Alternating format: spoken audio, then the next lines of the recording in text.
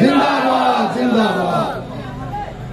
तो मेरे भाई, खर्च वो भी करते हैं, खर्च हम भी करते हैं, मेहनत वो भी करते हैं, मेहनत हम भी करते हैं, लेकिन जिस बज़म में जिक्र रसालत माब है, जिस बज़म में जिक्र रसालत माब है, उस बज़म में सांस लेना भी सवाब है। आपके एक एक सांस की कीमत पड़ेगी, आपका एक एक खर्च किया गया रुपया उसका मूल्य पड़ेगा। आप अल्लाह उसके रसूल की बारगाह से सुरखरू होंगे।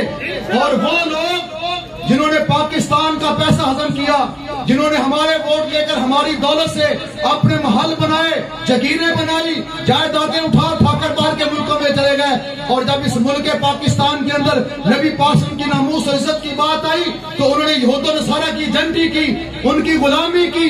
उनसे भी पूछा जाएगा, बताओ ये गद्दारी तुमने किसके कहने पर की? क्या पाकिस्तान की दौलत से तुम्हारे पेट नहीं भरे थे? तुमने मेरे नबी की नामूस का भी सौदा कर दिया। साहब उनसे भी होगा।